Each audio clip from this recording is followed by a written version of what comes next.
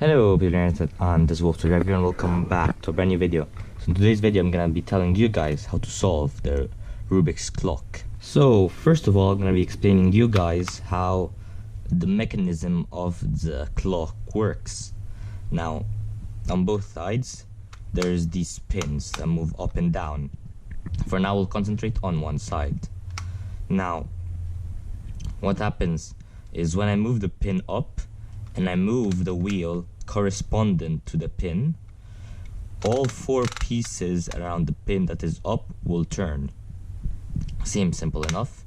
This works for every pin. So when this pin is up, I turn the wheel correspondent to it, and these four move. You can do the same thing here, and the same thing here. Now, if I have two pins up, I'm allowed to use both these two wheels which are corresponding to the two pins that are up, and what this will do is will turn all the pieces, as you may have guessed, around the pins that are up. So all these 6 pieces will turn. If these two pins are up, all these 6 pieces will move, and I'll be allowed to turn these two pins, these two wheels. Same thing goes when these two are up, and so on. This also works for when 3 pins are up. So when 3 pins are up, I'm allowed to use these 3 wheels, and every piece will move except this one, except the one that corresponds to the piece that is down. Simple enough. And when all 4 are up, everything moves. So yeah, that's kind of the mechanism of a clock. Let's get into how to solve it. Okay, so now actually solving the clock. So in front of me I have a scrambled clock, and the first step, actually reminiscent to 3x3, is to build a cross, which means that all these 4 pieces will all have to be pointing towards the 12 at the end of this first step. Now how can I do this? Well, basically I'll be using the center to associate it with other pieces. Now I'll give an example. So for me, as a start, I want put I want the clock on the center to correspond to one of the 4 clocks. In this case, I'll choose the one on the left. So to do this, I'll lift a pin, so either this one or this one, which are opposite to where the clock I'm trying to connect the center with is, so as to not move this certain clock, this certain inner clock. Yeah. So for this case, I'll use this, and I'll move the piece so as to connect them. Now the next step will be to choose either of the adjacent inner clocks to the 2 already connected, and lift the pin opposite to the inner clock I choose, so as to keep both inner clocks together.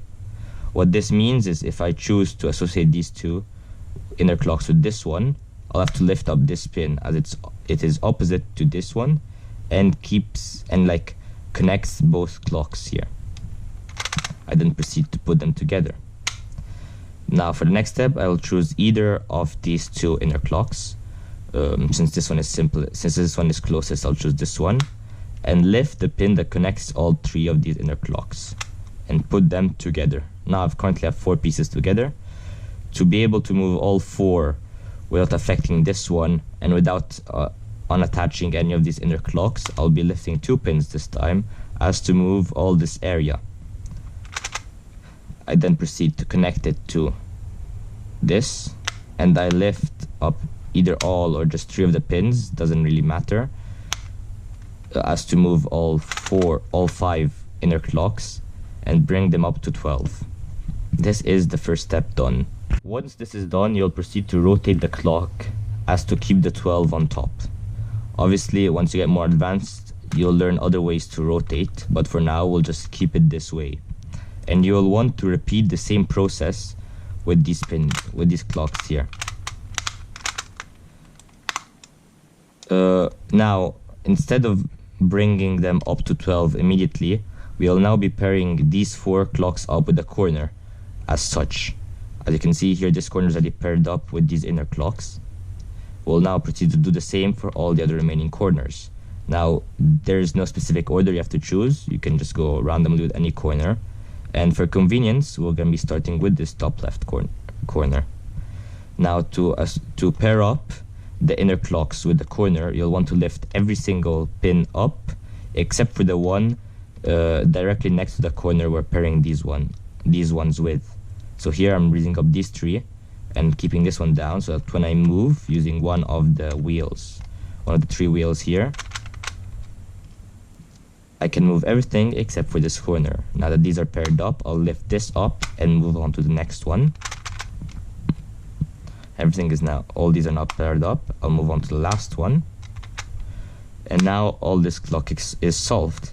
What I'll do now is lift up all 4 of the pins and move them to 12. Now what you will notice is when turning the clock the other way, it will also be solved. And as such, you have solved the Rubik's clock. So yeah, that basically covers everything you need to know to solve the clock. And to be honest, it's also most of the information you need to get faster at clock. Like, to be honest, the only real changes will be the way you rotate your clock and being able to have the 12 at different angles or orientations. But apart from that, that's basically everything you need to know to get started and to get better at clock. So yeah, I've been your boy, the Wolf. Thank you guys for watching this video, and I'll see you guys for another tutorial. Goodbye.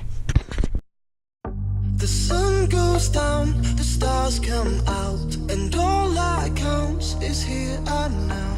My universe will never be the same. I'm glad you came. I think I just came. On this beat, had to go and get it in.